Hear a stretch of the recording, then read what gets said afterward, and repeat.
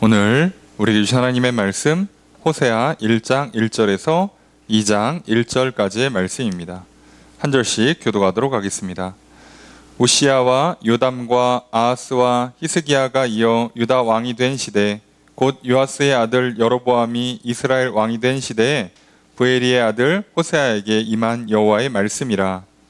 여호와께서 처음 호세아에게 말씀하실 때 여호와께서 호세아에게 이르시되 너는 가서 여인을 만나 그녀는 여인을 크게 음란함이니라. 이에 그가 가서 디블라임의 딸 고멜을 맞이하였더니 고멜이 임신하여 아들을 낳으매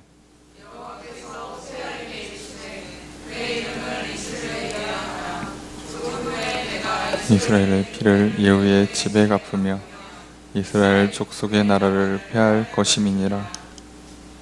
그날에 내가 이스라엘 골짜기에서 이스라엘의 활을 꺾으리라 하시니라.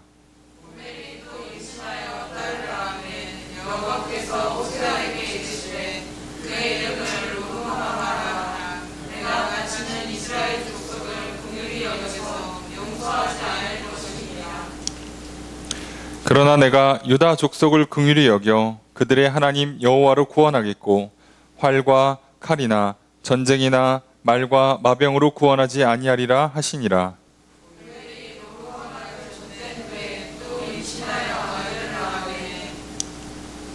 여호와께서 이르시되 그의 이름을 로암미라 하라. 너희는 내 백성이 아니요 나는 너희 하나님이 되지 아니할 것임이니라.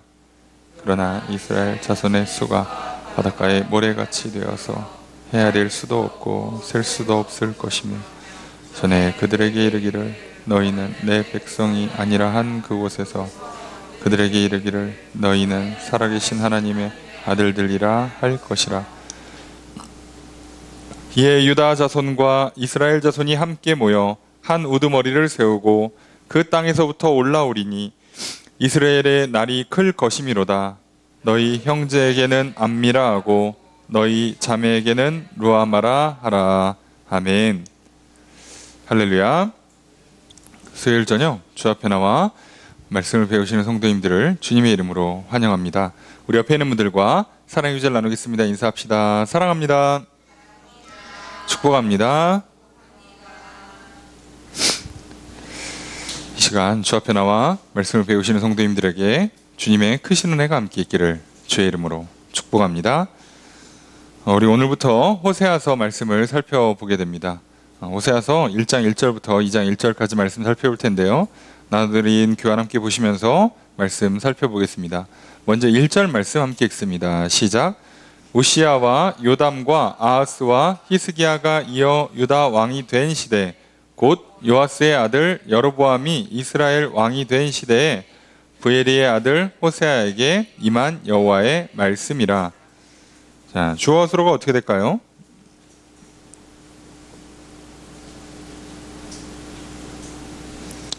이 번역이 이러니까 헷갈리시죠? 예.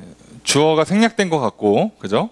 그런데 이게 이제 보통 예언서에는 이게 맨 첫 문장이 보통 그 예언서의 제목처럼 쓰여요.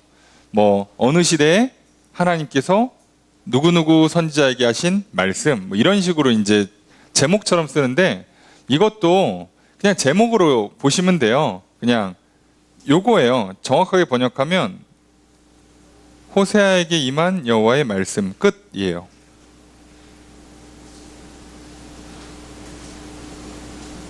이게 제목이죠. 호세아에게 임한 여호와의 말씀. 그러니까 굳이 주어수를 넣으면 이것은 여호와의 말씀이다. 호세아에게 임한. 호세아가 누구냐? 브에리의 아들. 시대가 언제냐? 시대가 유다는 우시야, 요담, 아하스, 히스기야가 쭉 이렇게 연달아 왕이 되던 시대. 그리고 이스라엘은 여로보암이 북이스라엘이죠. 왕이 된 시대에 호세아에게 임한 여호와의 말씀이고요. 호세아는 북이스라엘에서 활동했던 선지자입니다.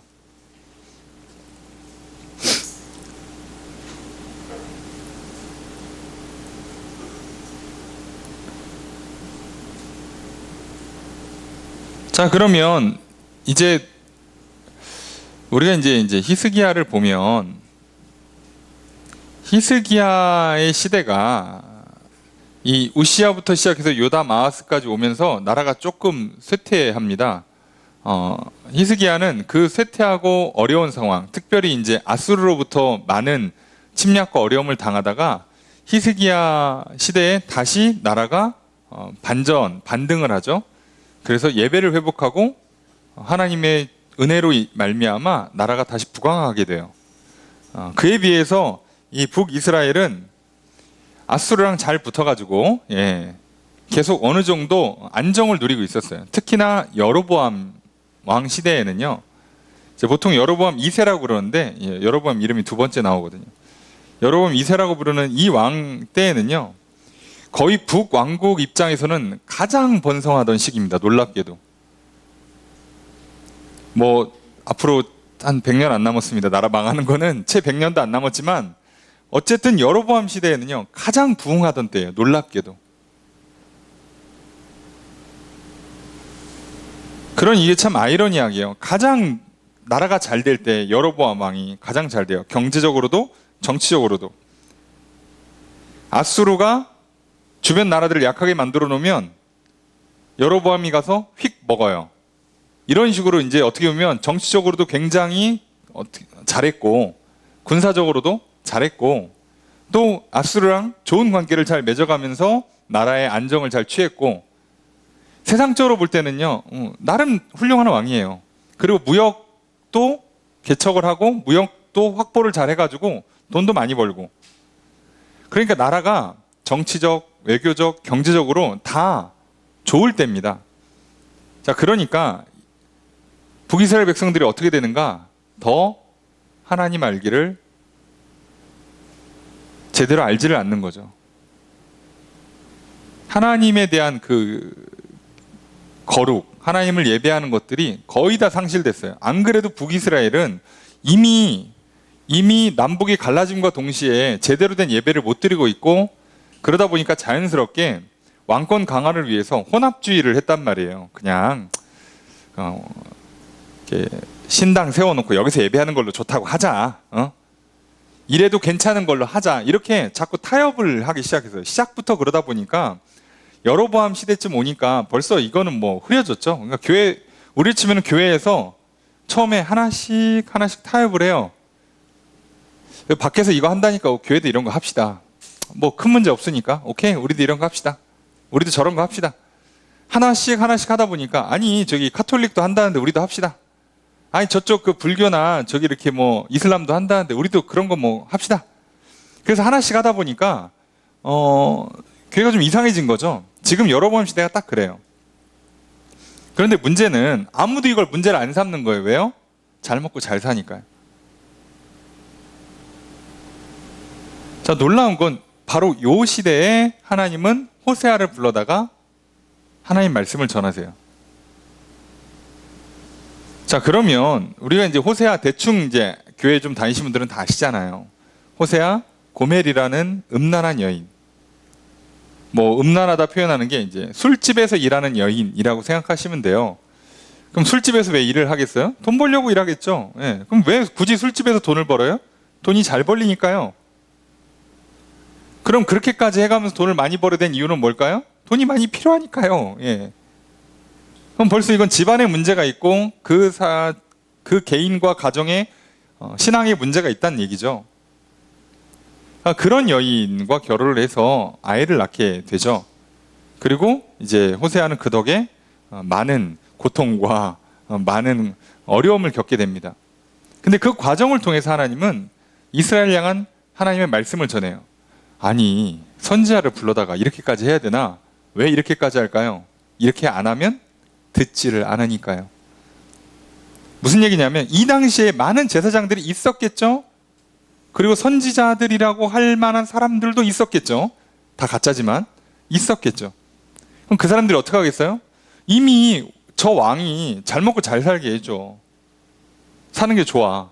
돈 잘 벌어. 즐거워, 세상살이가. 거기다가 우리 이렇게 하지 맙시다. 이거는 하나님께서 싫어하십니다. 하지 말라고 하십니다. 하지 맙시다. 우리가 좀 돈을 포기하고 우리가 조금 즐거움을 포기하고 하지 맙시다 라고 하면 듣지도 않을 뿐더러 결정적으로 자기도 안 즐거워요. 자, 그러니까 어떻게 해요? 제사장이 앞장서서 타협을 하는 타락이 일어나죠. 여러분, 뭐 어쨌든 간에 뭐 쌍방과실이라고 아무리 얘기해도 공동연대고 공동책임이라고 얘기해도 결국은 가장 앞서서 책임을 져야 되는 사람은 지도자들이에요. 어쩔 수 없는 겁니다. 뭐 세상이 5대5로 떨어질 수 없어요. 지도자가 조금 더 많은 책임을 질 수밖에 없죠. 그럼 생각해 보세요. 오늘날 한국교회도 마찬가지고 기독교 역사에서 계속해서 교회의 부패, 타락이 일어날 때마다 결국은 누구 문제냐? 지도자들 문제예요. 정치 지도자들, 종교 지도자들. 물론 과거에는 이게 합쳐져 있었고 지금은 오로지 종교 지도자들. 멀리 갈 것도 없이 목회자들과 교회 행정을 책임지는 여러 사람들. 그래서 오늘날 그냥 딱 두 단어로 압축해서 목사랑 장로 문제거든요. 자, 그러면 하나님 말씀대로 가기 위해서 세상과 구별된 거룩한 삶을 살기 위해서 거절하고 포기하고 물질적인 이득을, 어떤 인생의 즐거움과 쾌락을 내려놓으면 돼요. 아무 문제 안 생겨요. 근데 왜 타협할까요? 왜 괜찮다고 봐줄까요? 넘어갈까요? 왜 세상적인 경제 원리가, 정치 원리가, 세상의 많은 원리 원칙들이 하나님 말씀보다 더 높은 가치로 교회에 들어오게 됐을까요? 그게 더 쉽고 더 이득이 많이 되니까요. 이걸 누가 가장 먼저 이득을 얻겠어요? 당연히 지도자 그룹에서 이득을 얻습니다. 그러니 결국 호세아를 부를 수밖에 없는 이유고, 그리고 호세아가 이런 어려운 부름을 받을 수밖에 없는 이유가 뭐냐? 이 당시에 제사장들, 선지자들이 타락했기 때문이에요. 오늘날 제대로 신앙생활 하려면 여전히 어려워요. 여러분, 무슨 2000년 전에 박해 시대에만 어려운 게 아니라요, 오늘날도 하나님 말씀을 제대로 믿고 제대로 순종하겠다 그러면요, 사는 게 상당히 어려울 겁니다. 많은 걸 거절해야 되고 포기해야 되고 심지어 고생하고 괴로움 당하는 걸 거의 자처하다시피 해야 돼요. 문제는 그렇게 하면 돼요. 믿고 그냥 따라가면 돼요. 믿고 인내하면 돼요. 하나님 주시는 힘과 하나님 주시는 용기와 하나님 주시는 지혜를 얻어서 가면 돼요. 그럼 결국 이기거든요. 결국은 복을 받게 돼 있고요, 기적을 누리게 돼 있어요. 아무 문제 없어요, 솔직히 말씀드리면. 근데 문제는 안 한다고. 안 하니까. 여전히 안 하니까. 늘 문제는 여기에 있는 거죠. 사람은 늘 쉽고 편한 길을, 자기의 이익과 육체적인 욕망, 쾌락을 쫓으니까요. 그게 문제인 거예요. 그래서 여전히 오늘날 교회에서 신앙생활 하는 것이 사실상 많이 어느 정도는 불편하고 힘들어야 돼. 몸은 불편하고 힘들어야 정상이에요. 근데 우리 영혼은, 우리의 생각과 마음은 늘 지혜롭고 평안하고 행복하고 힘이 솟고 열정이 식지 않고 그래야지. 그렇지만 몸은 조금 힘들 수밖에 없어요. 부딪혀 나가 싸워야 되고 자꾸 욕망이 자극할 때마다 즐겨라, 너 하고 싶은 거 다 해라, 너 재밌는 거 해라, 너 좋은 거 해라, 자극적인 걸 해라, 자랑해라, 미워해라, 다퉈라, 싸워라, 뺏어라 라고 할 때마다 그것과 싸우는 건 어려운 작업이에요. 몸은 그걸 요구하게 돼 있으니까. 근데 그걸 이기면, 그것과 싸워 이기면 쉬워요. 그러다 보니까 어쩔 수 없이 늘 하나님 말씀을 듣고 믿고 순종하는 사람들은 어느 정도, 특히나 처음엔 더더욱 힘들어요. 호세아만 유독 이상한 게 아니라요, 다 그래요. 다 그렇습니다. 그냥 여러분들에게 쉽고 편한 길을 제시하는 교회가 있다면, 목회자가 있다면 장담컨대 전부 다 가짜예요. 이건 2000년 전에도 가짜고 지금도 가짜고 주님 다시 오시는 그날까지 가짜예요. 교회만 오시면 다 됩니다. 다 뭐 이렇게까지 표현드려서 그렇지만 거의 다 사기라고 보시면 돼요. 여러분, 예수님 그렇게 말씀하신 적이 없거든요. 도대체 예수님보다 더 대단한 사람이 있어요? 예수님보다 높은 권위를 갖고 있는 말씀이 있고 가르침이 있다고요? 그런 거 없어요. 예수님은 대놓고 너희들이 미움받을 거라고 그랬어요.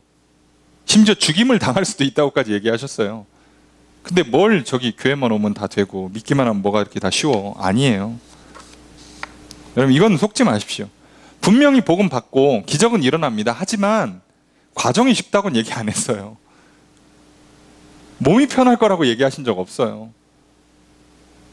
여러분 공부도 안 하고 기도하면 성적이 올라갑니까? 예, 운동도 안 하고 왜 기도하면 막 몸이 건강해져요? 한 번 정도는 믿음을 주시기 위해서, 살아계심을 증거하기 위해서 기적을 베풀어 주실 수는 있어요. 그걸 평생 시켜줄 것 같습니까? 아니죠. 그럼 망가져요, 도리어. 그렇게 안 합니다, 하나님도. 오늘 우리가 그걸 잘 기억하세요. 자, 호세아가 어떤 일을 겪는지 들어보시면 아시겠지만 사실 좀 과하죠. 우리가 볼 땐. 인간적으로 볼 땐 이거 너무하다 싶죠. 그리고 사실 이런 게 우리는 불편하죠. 왜요? 이런 요구를 나한테 할까 봐. 하나님이 호세아한테 말씀하신 것 같은 그런 부담스러운 일들을, 힘들고 어려운 일들을 나한테도 말씀하실까 봐 우리는 벌써 부담스럽죠. 예. 그래서 과정은 건너뛰고 하나님 잘 믿었더니 호세아가 결국 잘 됐더라, 라마고만 받아들이고 싶죠. 그렇지 않아요. 여러분 호세아서는요 하나님의 사랑을 전하는 메시지. 그래서 호세아는 사랑의 선지자라고 불리거든요. 그렇지만 호세아서에 있는 내용은 딱 압축하자면 두 가지예요. 심판과 회복이에요. 하나님의 사랑이 이렇게 나타나는 거예요. 그거 잊지 마십시오. 심판 없이 구원이라는 건 존재하지 않아요. 여러분 심판이 없는데 어떻게 천국과 지옥이 갈라집니까? 죄 지은 사람이랑 안 지은 사람이랑 똑같은 처우를 받는 것이 어떻게 천국이 되겠어요? 그렇잖아요. 불법을 자행하는 사람과 법을 지키는 사람이 같은 곳에 살아요. 여기가 그러면 천국이 될 수 있겠냐고요. 그러니까 법이 있고 그 법이 지켜지는 곳에서 아름다운 사회가 유지되는 것과 똑같습니다. 자, 그러면 오늘 과연 하나님 호세아에게 무엇을 말씀하시고 호세아는 그걸 어떻게 지켰고 그것이 오늘 우리들에게 어떤 말씀으로 또 어떤 의미로 다가오는지 살펴보도록 하겠습니다. 2절의 첫 번째 문장 있습니다. 시작. 자, 주어서는 어떻게 될까요? 여호와께서, 예, 이제 잘 이해하시죠? 말씀하셨다예요. 누구에게? 호세아에게. 자, 처음으로 첫 번째 말씀하신 거예요. 호세아를 불러서 했던 첫 마디가 뭐냐? 2절의 두 번째 문장 있습니다. 시작. 호세아에게 이르시되 너는 가서 음란한 여인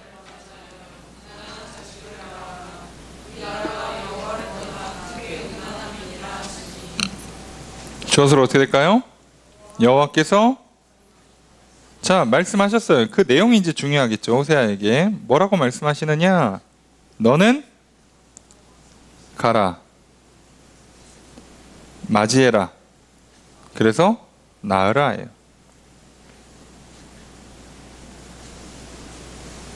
가라, 그죠? 음란한 여자를 취해라, 결혼하는 얘기죠.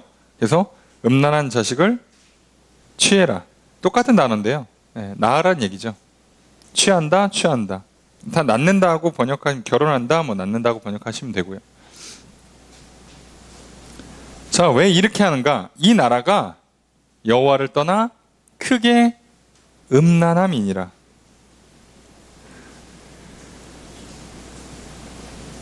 크게 음란했기 때문에, 직역하면 간음하고 간음했기 때문에, 두 번 쓰면 이제 강조하는 거거든요. 매우, 아주라고 번역을 하니까. 이 나라가 여호와를 떠나서 음란하고 음란했다, 간음하고 간음했다. 무슨 얘기죠? 우상 숭배했다는 얘기예요. 그렇기 때문에 이제 너도 부정한 여인, 그러니까 간음하는 여인, 그죠? 쉽게 말하면 술집에서 몸을 팔기까지 하는 여인을 만나서 결혼하고 하라는 거예요. 그리고 그 여인의 자녀를 낳으라고 요청하는 거예요. 선지자인데 부정한 여인, 간음한 여인, 음란한 여인을 만나서 음란한 자식을 낳아요. 하나님 잘 믿고 있는데 믿음의 가문, 뼈대 있는 가문을 만들고 싶은데 예, 안 되죠. 자, 이 말도 안 되는 요구를 받습니다. 하나님 말씀하시죠. 자, 그래서 3절 읽습니다. 시작. 그가 가서 고엘을 맞이하였더니 고멜이 임신하여 아들을 낳으매. 주어서로 어떻게 될까요? 그가 가서 맞이해서 낳았다. 정확하게 순종하죠. 시킨 거 3가지를 그대로 다 하죠. 호세에서는 이런 면에서요, 굉장히 잘 맞아요. 하나님 말씀하신 게 딱딱딱 들어가고요. 그 이름이나 단어 명칭이 정확하게 이렇게 딱 대칭되게끔 만들어져 있어요. 고멜을 맞이합니다. 고멜. 고멜이란 이름, 뭐 이제 디블라임이 누군지 모르고요. 예. 고멜이란 여인이 누군지 몰라요. 단지 그냥 그 이름이 갖고 있는 뜻이 마지막, 끝, 마무리, 완성 이란 뜻을 갖고 있어요. 이게 꼭 뭐 어떤 의미가 있다 해석할 수도 있지만 우리는 뭐 사람 이름보다는 그 사람의 삶이 더 중요하니까 그렇다고 합시다. 이름은 하나님이 특별히 지어줄 때 의미가 있는 거고요. 그거는 자녀들에게 해당됩니다. 자, 첫 번째 아들을 낳아요. 자, 4절의 첫 번째 문장 있습니다. 시작.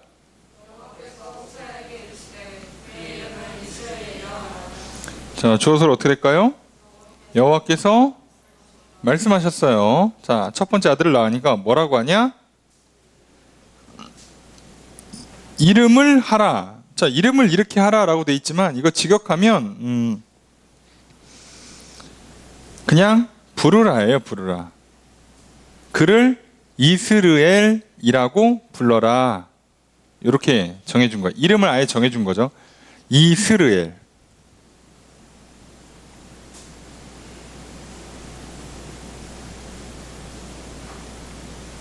자, 이스르엘이에요.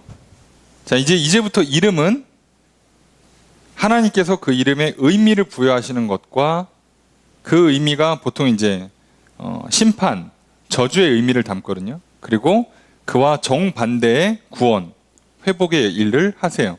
단어를 정확히 맞춰서 하십니다. 자, 이스라엘이 무슨 뜻이냐? 설명이 나오겠죠. 이건 약간 정확하게 설명은 안 나오는데, 자, 우선은 4절의 두 번째 문장 있습니다. 시작.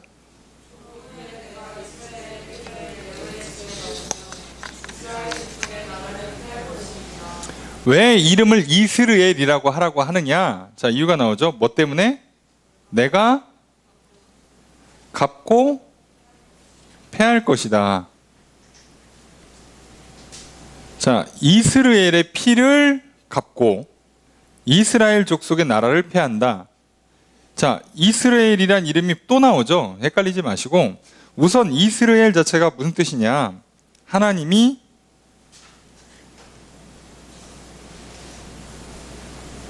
자, 이게 해석을 잘해야 되는데, 기본 뜻은 파종하신다예요. 파종하신다.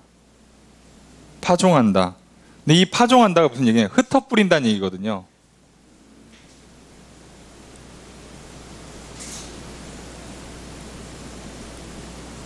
흩어 뿌린다는 뜻이에요. 자, 이스라엘.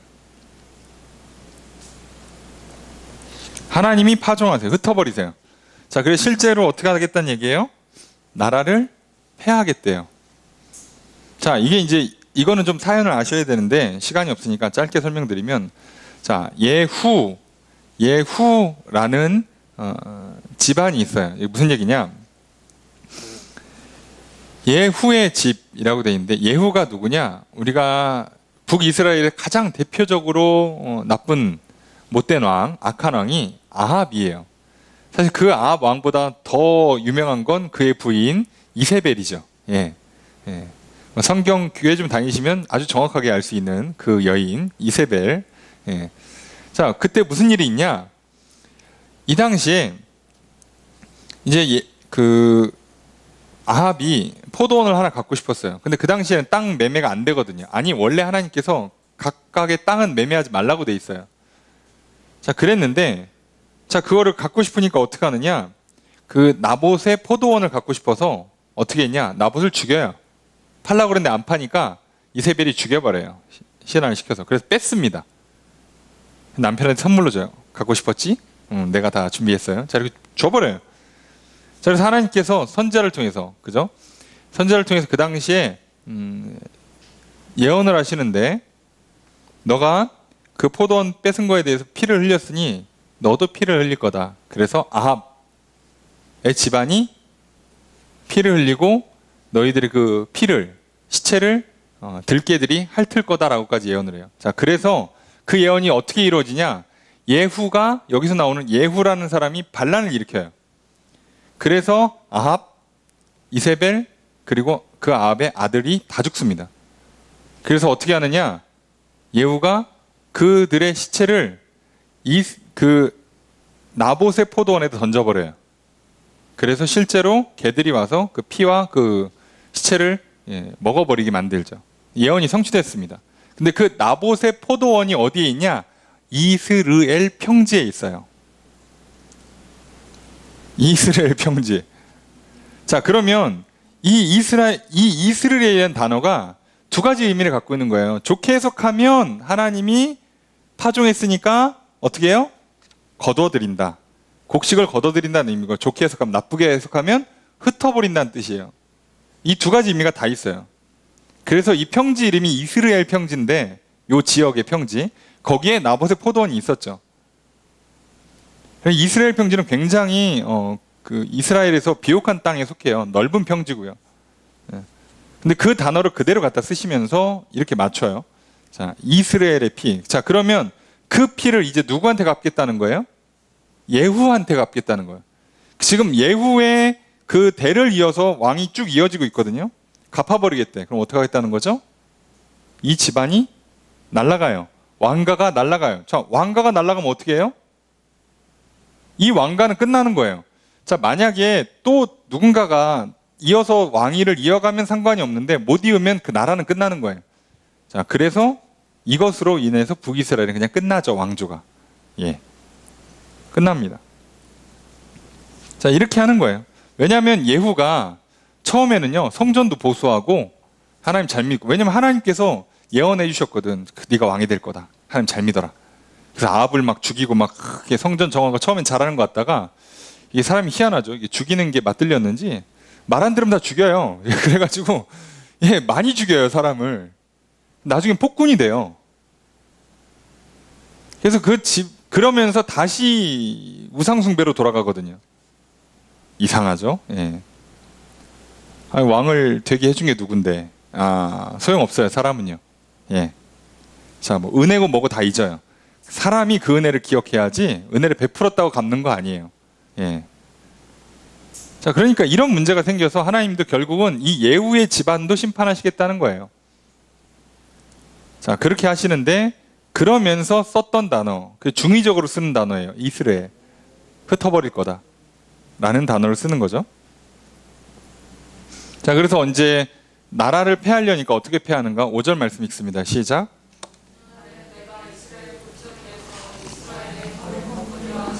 주어서로 어떻게 될까요? 내가 꺾을 것이다. 자, 이스라엘 골짜기, 그죠? 이스라엘 골짜기에서 일부러 다 이 단어를 쓰는 거예요. 이스라엘 골짜기에서 뭐를 꺾는데요? 이스라엘의 활. 활은 상징적인 단어예요. 이 당시에 칼, 창, 활은 군대를 상징하는 무기의 대명사예요. 우리로 치면 오늘날 총, 그죠? 예. 이라고 생각하시면 돼요. 자, 이걸 꺾어버리겠대요. 자, 그러면 이렇게 표현하면 뭐냐? 왕가의 몰락 또는 전쟁의 패배를 하는 표현이라고 보시면 됩니다. 자, 군사적으로, 경제적으로 몰락할 걸 얘기하죠. 자, 그래서 흩으시겠다는 거예요. 그래서 어쨌든 북이스라엘을 흩어버리겠다요. 자, 그거를 보여주기 위해서 첫째 아들의 이름을 이스르엘이라고 하는 거예요. 자, 호세아가 음란한 여인 고멜과 결혼합니다. 온 동네방네 소문이 다 나겠죠. 야, 선자가 미쳤다. 별소리 다 나겠죠. 그리고 애를 낳는데 이름이 이스르엘이에요. 사람들이 미친 거 아니야? 이름을 이렇게 줘? 근데 그 뜻이 왜 그래? 그래서 이제 다 아는 거죠. 예. 그런 메시지래. 자, 일부러 그렇게 하는 거예요. 자, 일부러. 예. 자, 이게 무슨 의미인지 아시죠? 우리가 룻기를 보면서 아시죠? 하나님께서 일을 하실 때 어떤 방식을 쓰시는가? 여러분 정말 마주하기 싫은 일, 그냥 괜히 사람들이 알아보고, 좀 몰랐으면 좋겠는데 심지어 알아보고 그냥 넘어가줬으면 좋겠는데 자꾸 들춰내고, 그런 과정을 통해서도 일하신다고요, 하나님은. 여러분이 싫은 거는 피하고 좋은 것만 통해서 하나님 일하시는 게 절대 아니에요. 착각하지 않으셨으면 좋겠어요. 저런 제발 기도하실 때 좋은 걸로만 좋은 일이 일어날 거라는 그 기대나 믿음을 갖고 기도하지 마세요. 결국은 좋은 일을 이루시는 건 맞아요. 하나님께서 선하신 분이기에 우리에게 회복과 구원의 역사를 이루시지만 과정에서도 다 좋은 일이 일어나는 게 아니에요. 이건 뒤에 또 나옵니다. 우리가 여기서 많은 실수를 해요. 자꾸 병들고, 자꾸 일이 안 풀리고, 성적이 떨어지고, 뭐 시험에 탈락하고, 뭐 불합격되고, 뭐가 깨지고, 뭐 무너지고, 뭐 계획이 변경되고, 막 난리가 나는 것 같은데 그 바람에 결국 저게 돼요. 신기하죠? 예. 그런데 돼요. 우리는 뭐라고요? 다 잘 돼야 될 것 같죠. 그죠? 공부도 잘하고, 건강하고, 학교도 잘 가고, 졸업도 잘하고, 취업도 잘하고, 결혼도 잘해야 인생이 잘 될 것 같은데요. 놀랍게도요, 이렇게 쭉 잘 나가던 사람이 한 방에 꺾이면 끝나요. 근데 어떻게 이렇게 안 되지 싶은데 하나님께서 그 모든 과정을 통해 딱 올려놓으면요, 끝나요. 또 자, 하나님께서 어떤 방법을 쓰는지 잘 보세요. 자, 여기는 이 방법을 써서 호세아 또 고멜이라는 이 과정을 통해서 이렇게 해서 메시지를 전달하세요. 하나님 이렇게 전달하겠다 그러면 전달하시는 거예요. 하나님께서 호세아를 이렇게 쓰겠다 그러면 쓰시는 거예요. 예. 여러분이 원하는 모습, 여러분이 좋을 거라고, 이렇게 하는 게 좋겠다고 생각하는 것들을 다 그냥 내려놓으세요. 포기하시라고요.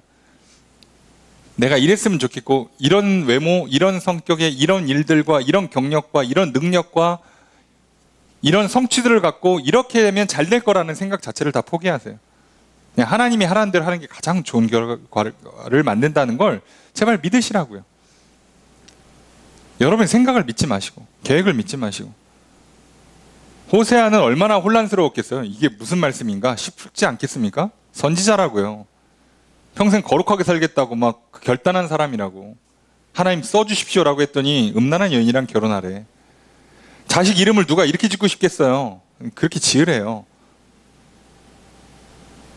이때부터 호세아의 인생은 사실상 밑바닥으로 내려가는 거거든요. 그런데 하나님 쓰시잖아요. 이걸 기억하시라고. 이 당시에 잘 나갔던 왕들은 다 죽고 나라가 멸망하고, 이 당시에 떵떵거렸던 선지자들은, 뭐 그때는 제사장들 선지자들은 잘 살았을지 모르지만 결국은 비참한 최후, 그리고 영원한 벌에 떨어지겠죠. 그게 차이예요. 그게 차이. 자, 6절 첫 번째 문장 있습니다. 시작. 자, 주어서로 어떻게 될까요? 고멜이 임신했고 낳았어요. 자, 둘째는 딸이네요. 자, 6절의 두 번째 문장 있습니다. 시작.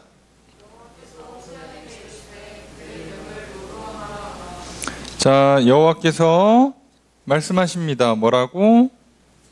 자, 아까 얘기했죠? 루하마. 로루하마라고 읽는 게 아니라 루하마라고 읽는 겁니다. 합성어예요. 아니다. 루하마. 자, 루하마가 무슨 뜻이냐가 이제 중요한데, 루하마가 그럼 이게 긍휼이란 뜻이에요. 긍휼함을 얻었다는 단어거든요. 긍휼함을 얻지 못한다예요. 자, 그럼 왜 그렇게 이름을 짓게 하시느냐? 이유가 나오겠죠? 6절의 세 번째 문장 있습니다. 시작.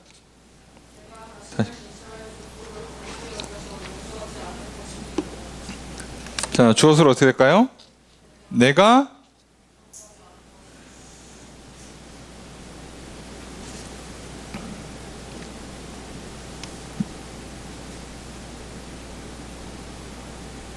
자, 이게 번역이 조금 애매하죠? 이게 딱 봐도, 긍휼히 여긴다가 핵심이잖아요. 예. 그래서 긍휼히 여긴다가 써 있어요. 원문에는 내가 긍휼히 여기지 않을 것이다예요. 않는다, 그죠? 그 다음에 뭐냐? 왜냐하면 내가 그들을 용서하지 않을 것이기 때문에. 자, 여기도 직역하면요, 내가 그들을 들어올린다, 건진다는 뜻이거든요. 예. 들어올리지 않을 것이기 때문에. 두 번 얘기해요. 그러니까 무슨 얘기냐, 내가 이스라엘 족속을 긍휼히 여기지 않을 것이다, 절대로 용서하지 않을 것이다예요. 직역하면.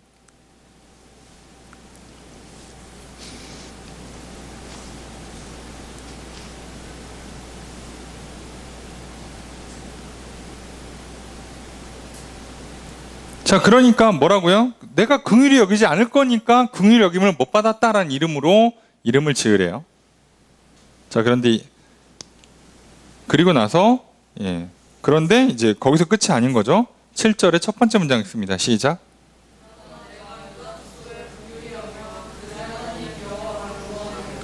주어수로 어떻게 될까요? 내가 긍휼히 여긴다, 구원할 것이다. 이름은 이렇게 져놓고 뭐라고요? 심판을 해놓고, 그죠? 그리고 나서 회복할 거라는 거예요. 지금 이 이름에는 심판과 회복이 같이 있다고 그랬잖아요. 심판과 구원이 같이 있는 거예요. 흩어버리겠다 하지만 다시 심어서 거둘 것이라는 얘기고요. 자, 긍휼히 여기지 않아서 멸망시킬 거다라고 해놓고 다시 긍휼히 여겨서 구원해 주겠대요. 이게 지금 호세아의 특징이에요. 두 가지를 다 얘기하는 거죠. 7절의 두 번째 문장이 있습니다. 시작.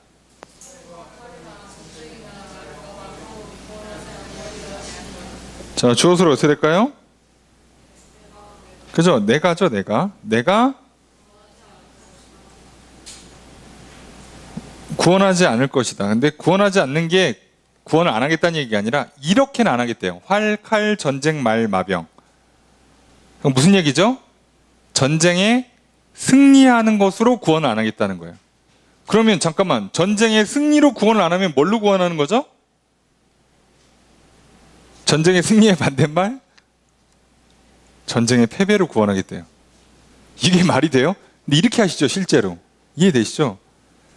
전쟁의 승리가 아니라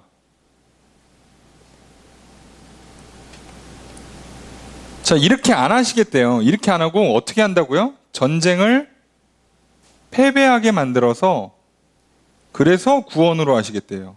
자, 이게 하나님 방법이야. 실제로 이렇게 이루어요. 어떻게 해요? 우선 북이스라엘은 아수르한테 망합니다. 포로로 끌려가요. 자, 그리고 남유다는 바벨론한테 망하고 아수르도 바벨론한테 망해요. 싹 다 망해요. 그래서 남북이 함께 포로로 바벨론에 끌려가 있게 돼요. 결과적으로는. 자, 근데 그 바벨론이 바사, 페르시아한테 망해요. 근데 놀라운 건 페르시아가 바벨론을 점령한 뒤에 이스라엘을 돌려보내요. 그래서 구원을 얻어요. 그러니까 지금 이스라엘은 단 한 번 이긴 적이 없어요. 단 한 번 이긴 적이 없는데 인생은 패배의 연속인데 그 패배가 언제는 심판으로 다가오고요. 어느 때는 구원과 회복으로 다가와요. 자, 누가 하시는 거니까? 하나님이 하시는 거니까요. 여러분, 근데 사람이 하는 일은요, 이걸 통제할 수가 없어요. 그냥 패배는 끝이거든요.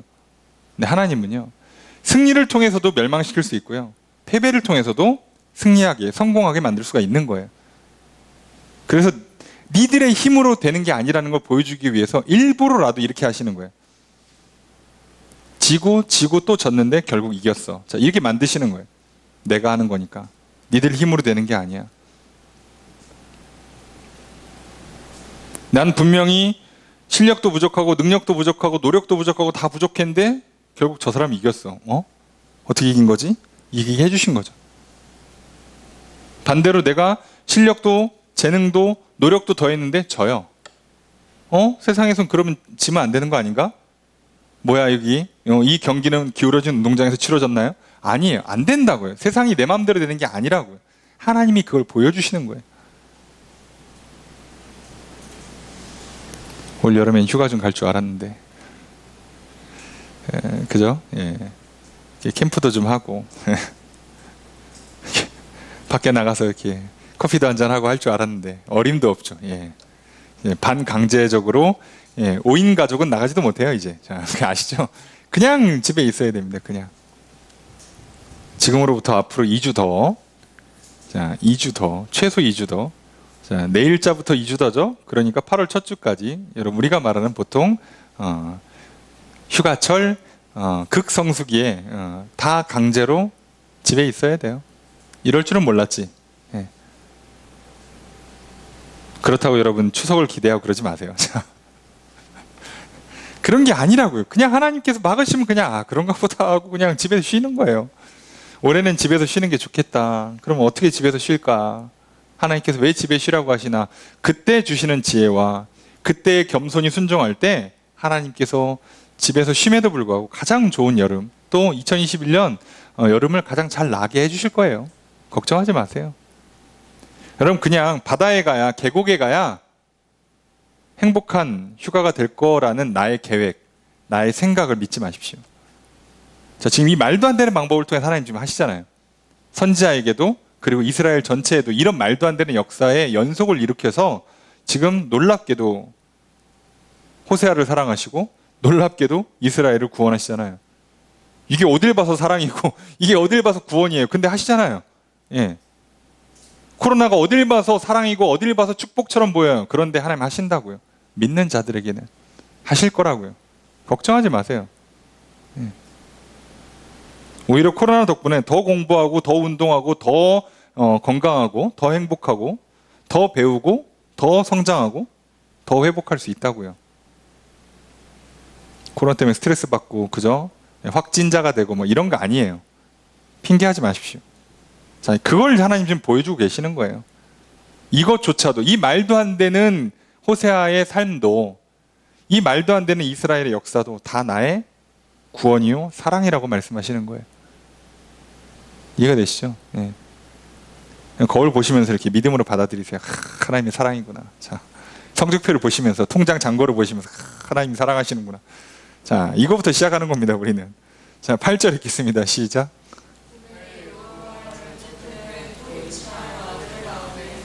자, 주어서로 어떻게 될까요? 고멜이 임신해서 나왔어요. 이번엔 또 아들이에요. 자, 젖대자마자 대단한 생산력이죠. 예. 건강하시고 훌륭하신 분입니다. 예. 거의 뭐 우리가 보통 말하는 연년생, 그죠? 연년생, 연차로 지금 낳고 있어요. 예. 대단하죠. 예. 이렇게 해서 또 하나님께서 일부러 어떻게 보면 그 이슈 계속 소문나게 하고 계속 사람들의 귀에 들리게 만들기 위해서라도 이걸 가져가는 거예요. 뭐 10년 만에 낳더라 이러면 안 되잖아. 야, 둘째 이름이 뭐래? 자, 이러면 헷갈리니까 그냥 연타로 첫째, 둘째, 셋째 이름을 이렇게 만드는 거예요. 자, 그 셋째 이름이 뭐냐? 9절의 첫 번째 문장 읽습니다. 시작. 주어서로 어떻게 될까요? 여호와께서 말씀하셨다. 자, 그의 이름을 로암미라고 해라. 로암미예요. 암미. 나의 백성. 로 아니다. 내 백성이 아니다예요. 내 백성이 아니다. 이름이 야, 자식 이름 이렇게 지면 어떻게 해요? 자, 이유가 나오겠죠? 9절의 두 번째 문장 있습니다. 시작.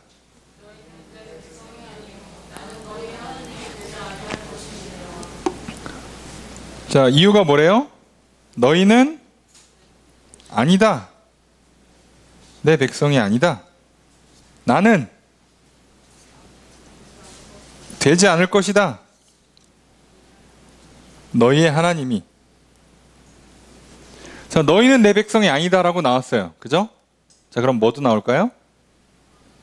다시 너희가 내 백성이 될 것이다가 나오겠죠. 10절 함께 읽습니다. 시작.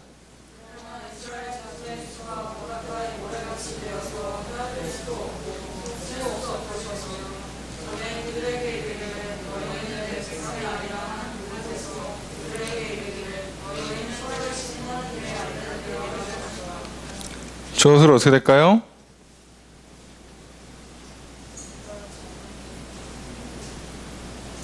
네.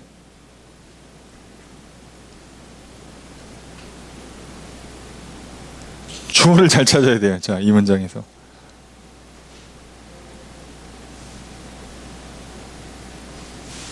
그러니까 이 문장에 실제로 주어가 안 써 있어요. 그죠?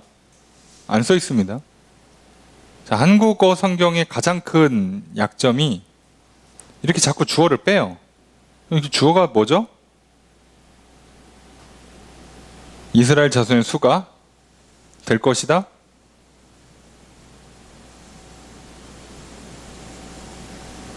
아니죠. 그렇게 돼서 결과적으로 누가? 그들에게가 이스라엘 자손이잖아요. 그럼 누구야? 생략돼 있죠. 그가 누굴까요? 그냥 제3자인 그들이에요. 그들이. 이걸 빼면 어떻게 해?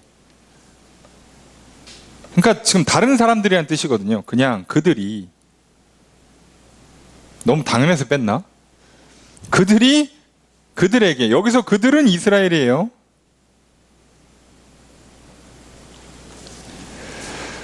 제3자들이 이스라엘 백성들한테 너희는 그 내 백성, 하나님의 백성이 아니라고 사람들이 막 손가락질은 야 니들 망했어. 야 하나님 더 이상 니들을 안 돌봐주시나 봐 했던 그곳에서 그 사람들이 이스라엘 백성들한테 뭐라고 얘기했냐면 너희는 살아계신 하나님의 아들들이다 라고 말하게 될 거라는 거예요. 그럼 어떻게 이런 대반전이 일어나냐? 이스라엘 자손 숫자가 바다에 모래같이 되고 헤아릴 수도 없고 셀 수도 없게끔 다시 번성케 한대요. 아니 아까 나라 망한다며. 예, 망할 거예요. 그런데 다시 번성하게 해주신대요. 그래서 사람들이 손가락질해. 야 끝났네 하나님 버리셨네 했는데 나중에 보니까 어이구 하나님이 너희들 하나님 백성 맞구나 라고 하게 될 거라는 거예요. 그렇게 만드시겠대 하나님이. 그러니까 내 백성이 아니라고 그래놓고 내 백성이란 소리를 듣게 만든대요. 그죠? 자, 이게 되게 중요한 게 심지어 니들이 내 백성이라고 고백한다가 아니야. 제3자가 너희를 보고 하나님 백성이라고 인정해 주겠다는 거예요. 그렇게 만드시겠대요. 이게 진짜죠. 그렇잖아요. 이렇게까지 하시겠대요 하나님께서. 그러니까 지금 그 하나님의 그 이름을 지으면서 심판의 메시지와 회복의 메시지가 지금 계속 동시에 나오고 있잖아요. 자, 그게 어떻게 일어나는지에 대한 얘기가 나오겠죠? 11절 함께 읽습니다. 시작.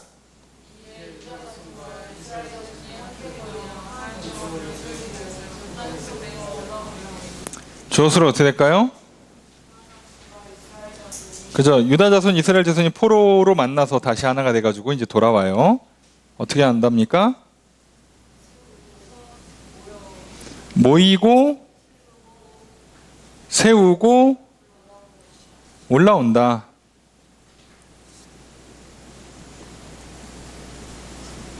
자, 여기서 우두머리라고 돼 있잖아요. 여기 우두머리. 왕이라는 표현을 안 쓰고 지도자라는 표현을 쓰거든요. 나라가 회복되는데 왕을 세우는 게 아니라 지도자를 세워요. 무슨 얘기냐면 하나님은 처음부터 이스라엘에 왕이 있는 걸 반대하시는 분이에요. 그렇죠?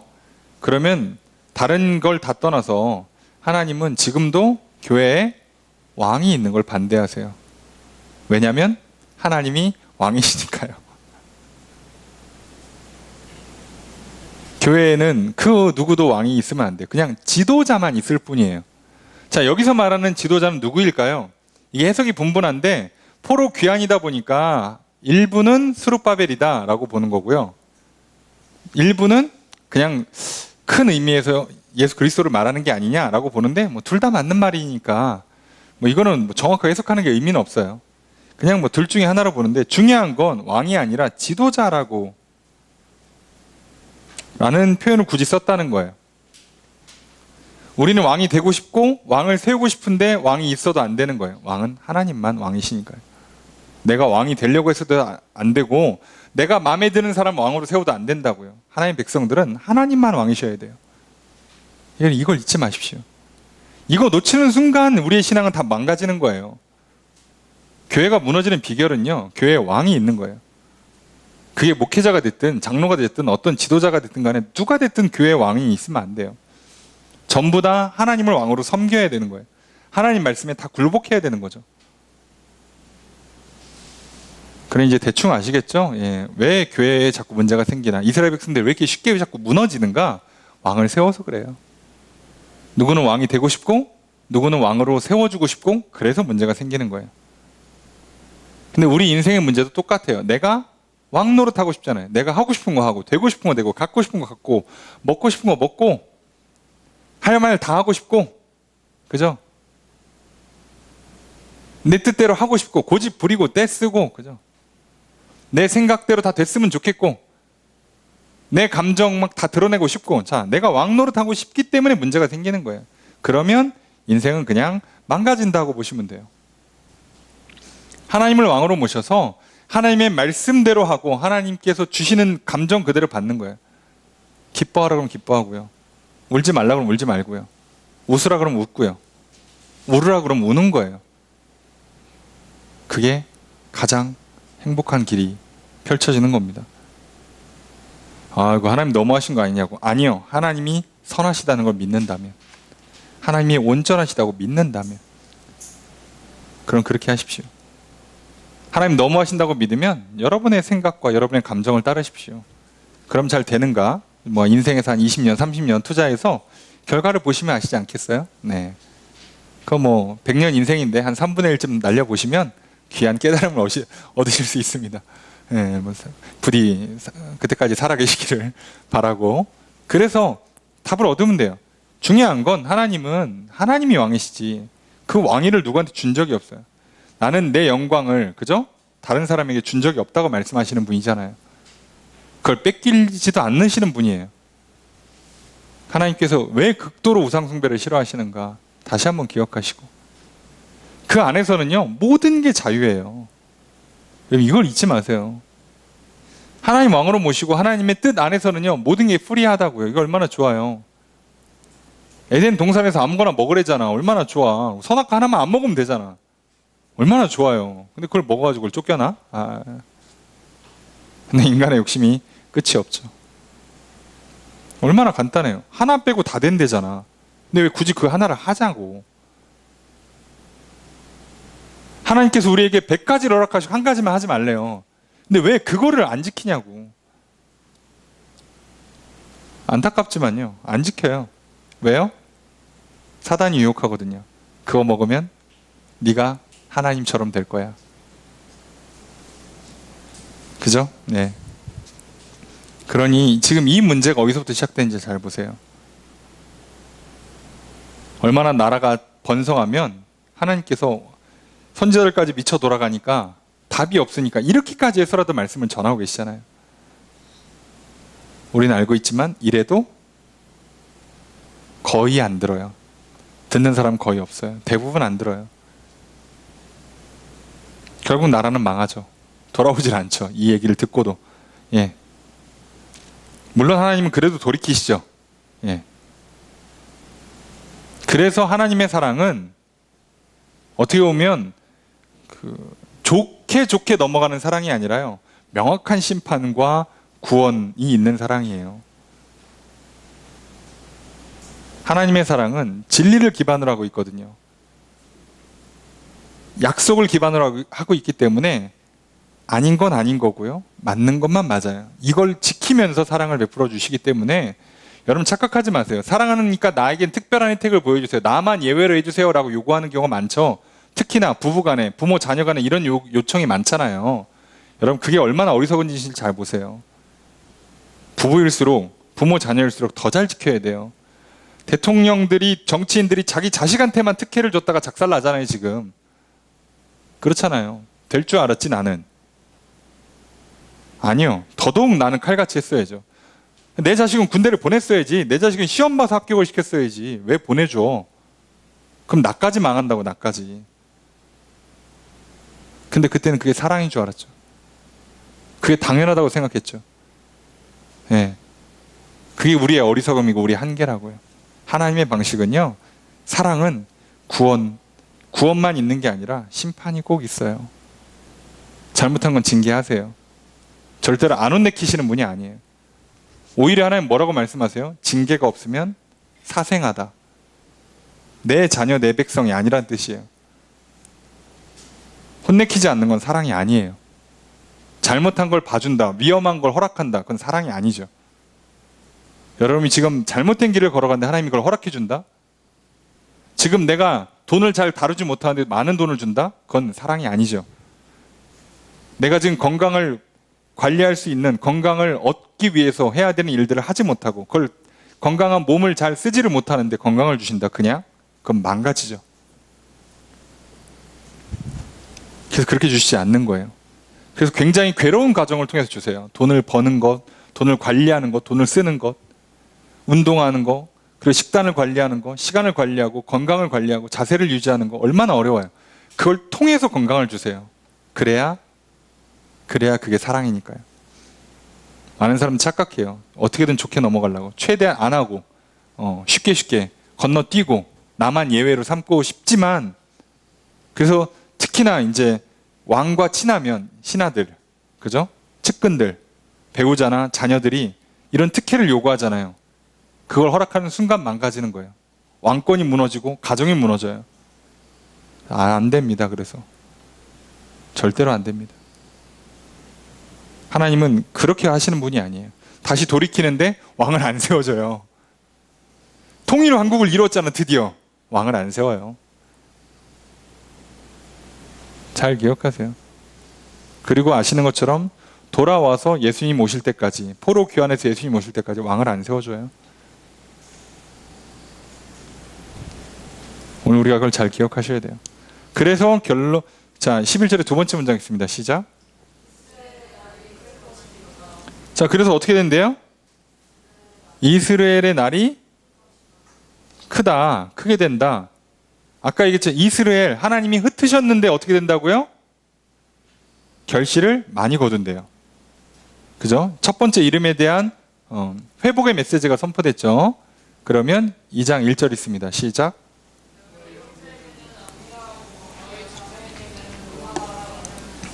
그죠?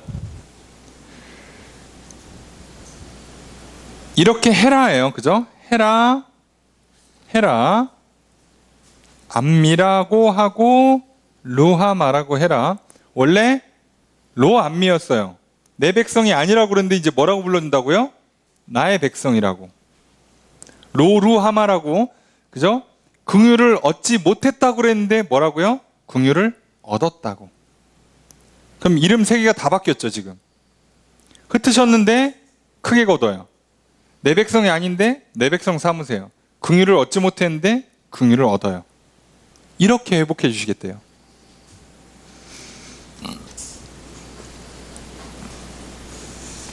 이게 하나님께서 호세아를 통해서 이스라엘 백성에게 전달하고 싶은 메시지입니다. 심지어 호세아의 이 말도 안 되는 가정사, 삶을 통해서 전해주고 싶은 메시지예요. 그리고 그것은 오늘 우리에게도 전해주고자 하는 메시지요. 또 나를 통해서 아직 하나님의 사랑을 알지 못하는 자들에게 전하고자 하는 메시지예요. 그러고 항상 문제는 여기서 생겨요. 내가 메신저가 돼야 되는데, 증인이 되고 제자가 돼야 되는데, 내가 호세아와 같은 일들을 마주하기가 싫어서 안 한다고요. 자, 여기서 문제가 생기죠.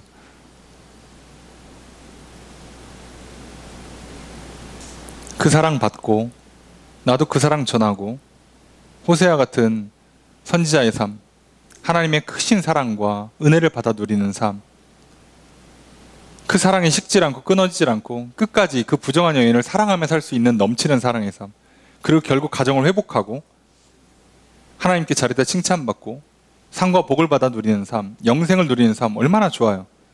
근데 전하기 위해서 필연적으로 해야 되는 그 시대의 정신에 반하는, 내 생각과 내 감정에 반하는 불편함, 들 앞에서 우리가 불순종하죠. 자, 이것만 잘 싸우시면 됩니다. 그럼 우리도 다 지금 코로나 싫잖아요. 코로나를 기쁨으로 환영한 사람이 누가 있겠어요? 자, 받아들이세요. 2021년에 대한민국을 받아들이시라고요. 대전을 받아들이시고, 나의 가정도, 나의 성장 배경도, 지금 나의 삶의 자리도 받아들이세요. 그거 좋아할 사람 별로 없거든요. 받아들이세요. 그리고 그것 가운데 하나님의 놀라운 심판과 구원의 삶을 경험하시고 그리고 그거를 전하시면 돼요. 1차적으로 가장 큰 고난과 가장 큰 사랑을 받는 게 나잖아요. 근데 내가 안 받으면 못 전하잖아요. 그러니까 받으시라고. 받아야 전할 수 있다니까요. 얼마나 좋아요. 아까도 얘기했죠. 좋은 걸로만 점철돼서 좋은 인생이 될 거라는 착각을 버리세요. 그 헛된 믿음을 버리십시오. 그런 일은 일어나지 않고 실제로 구현도 불가능하며 되지도 않아요. 하나님 반대로 다 안 되는 것 같은데도 역전을, 구원을, 회복을 이루신다고요. 전쟁에 지고 졌는데 나라가 회복되는 기적이 일어나죠. 예, 돼요. 된다고요. 모든 게 다 아닌 것 같은데 결국 인생이 된다고요. 가정도, 뭐 성장 배경도, 외모도, 건강도, 재능도, 뭐 학벌도, 뭐 취업도, 결혼도 뭐 다 안 되는 것 같은데 결국 인생이 행복과 평안과 복과 기적으로 이루어진다고요. 가능하다고요. 하나님께는. 그래 제발 헛된 믿음 앞에 헛된 우상을 숭배하면서 망하는 길로 가지 마십시오. 그게 오늘 하나님께서 호세아를 통해서 이스라엘 백성들에게 전해주고자 하는 메시지요. 오늘 우리가 들어야 되는 메시지입니다. 이 놀라운 심판과 구원을 허락하시는 하나님의 크신 사랑을 오늘 호세아처럼 우리가 먼저 받아 누리고 또 호세아처럼 우리의 삶을 통해서 그것들을 전하는, 증거하는 그런 인생으로 나아가시기를 주의 이름으로 축복합니다. 오늘 또 우리에게 고난만 주시는 분이 아니라 우리를 구원하시고 회복시키셔서 우리를 하나님의 사랑의 증인으로 세워주시는 하나님의 놀라운 은혜가 항상 충만하게 있기를 주의 이름으로 축복합니다. 자, 말씀을 관찰해 보겠습니다. 여호와께서 호세아에게 무엇을 말씀하십니까? 2절에 보니까 뭐를 말씀하신 거예요? 뭐 하래요? 네? 음란한 여인과 결혼하라고. 아, 시킬까봐 이런 무서우시죠? 예. 큰 소리를 외치셔도 됩니다. 예. 하나님 저요. 자, 용기 내서 외치세요. 네. 호세아 같은 삶이 그렇게 흔한 삶이 아니니까요. 예. 굳이 여러분이 시킬 수도 있지만 예. 여러분이 될 확률이 굉장히 낮습니다. 그러니까 그거보다는 좀 덜한 걸 시키겠죠. 예, 확률상 예, 그렇다고요.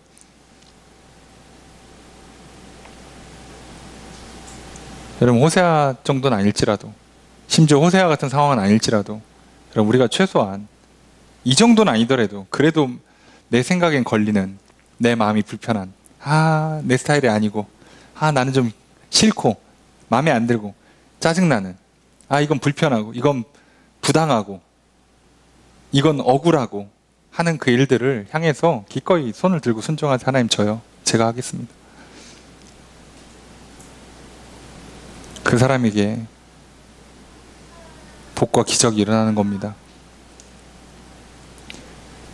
자, 두 번째로 호세아의 세 자녀의 이름과 그 의미가 무엇입니까? 세 자녀의 이름이 뭐예요? 첫째가 이스라엘, 둘째가 로루하마, 셋째가 자, 이스라엘 무슨 뜻이에요? 흩어버림. 로루하마가 무슨 뜻이에요?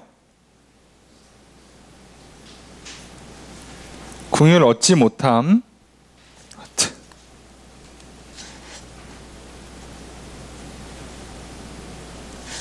로암미가 무슨 뜻이에요? 내 백성이 아님. 자, 근데 이게 어떻게 바뀐다고요?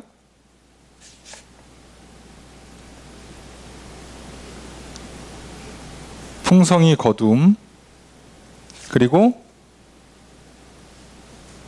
긍휼을 얻음, 내 백성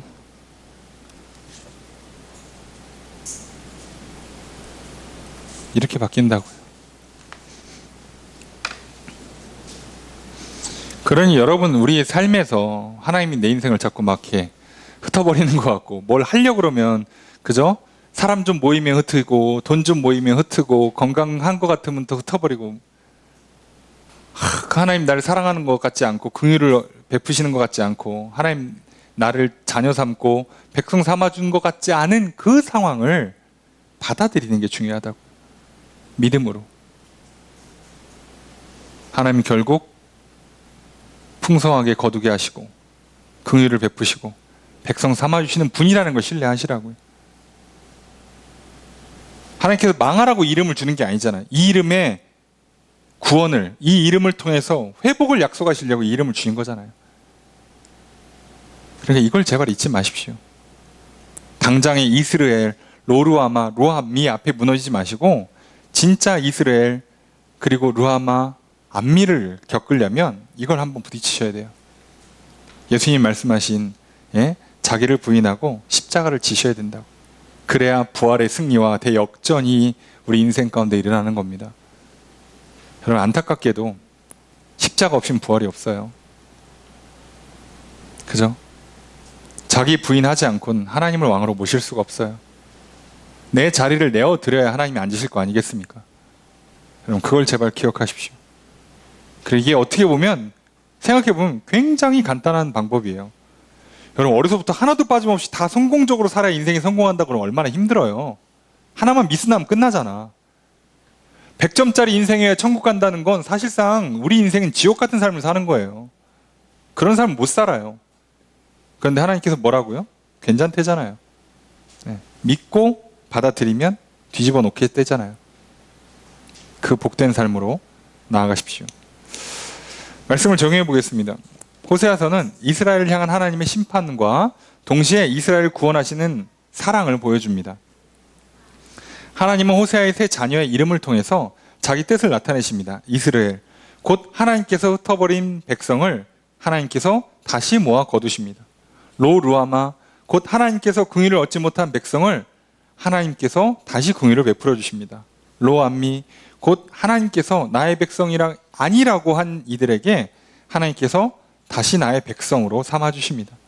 이처럼 하나님은 심판하시는 분이시며 구원하시는 분이십니다. 이 하나님의 준엄한 심판과 크고 놀라운 사랑을 기억하십시오. 그리고 여호와 하나님께서 오늘 나를 부르시고 나를 긍휼히 여겨주시고 나를 자기 백성 삼아주심에 감사하십시오. 하나님이 이스라엘을 향한 심판과 구원의 사랑을 보여주시고 알려주시고자 호세아를 부르십니다. 그리고 호세아에게 부정한 여인과 결혼하라 말씀하십니다. 호세아는 하나님의 말씀에 순종하여 고멜과 결혼하고 세 자녀를 낳습니다. 인간적인 관점에서는 하나님의 뜻이 과하다고 생각할 수 있습니다. 그러나 호세아는 하나님께서 내게 명령하시는 말씀이, 주어진 시대 상황이, 사역의 현장이 지나치다고 부당하다고 생각하지 않았습니다. 불평, 불만, 분노하지 않았습니다. 좌절, 낙심, 절망하지 않았습니다. 그저 하나님을 신뢰하여서 순종하였습니다. 하나님은 믿음으로 순종하는 사람을 통해 하나님의 뜻을 나타내시고 이루십니다. 비록 특별한 말씀이나 상황이 다가와도 믿음으로 순종합시다. 그때 우리는 이 시대의 호세아로 부름받고 쓰임받게 될 것입니다. 그 삶에 놀라운 평안과 행복, 그리고 복과 기적이 임할 것입니다. 오늘 나의 신앙을 살펴봅시다. 난 하나님의 말씀에 순종하고 있습니까? 나는 하나님의 말씀을 증거하는 삶을 살고 있습니까? 하나님을 믿고 겸손히 순종하지 못한 채 도리어 하나님께서 나에게 주시는 말씀과 주어진 상황에 교만하여 지나치다고 판단하고 불평하고 분노하고 절망하고 있지는 않습니까? 하나님은 호세아를 통해 이스라엘을 향한 심판과 구원의 사랑을 전하셨습니다. 하나님은 호세아를 사랑하시고 축복하셨습니다. 하나님께서 나를 이 시대의 호세아로 부르십니다. 나의 가정과 일터에서 호세아로 부르십니다. 하나님께 믿음으로 순종하여 하나님의 말씀을 전합시다. 하나님의 사랑을 전합시다. 하나님께 믿음으로 순종하여 하나님의 사랑을 받아 누립시다. 그것이 오늘 하나님께서 호세아를 부르시듯이 또 나를 부르고 계십니다. 그 부르심을 따라 오늘 이 시대에 호세아로 살아가시는, 그래서 이 모든 것이 심판처럼 보이는, 재앙처럼 보이는 상황들이 결국 구원이 되고 회복이 되고 크신 복과 기적의 놀라운 사랑으로 임하는 그런 호세아와 같은 인생이 됩시다. 오늘 그렇게 부르심에 또 응답하여 호세아와 같은 삶을 살아가시는 저 여러분들 되시기를 주의 이름으로 축복합니다.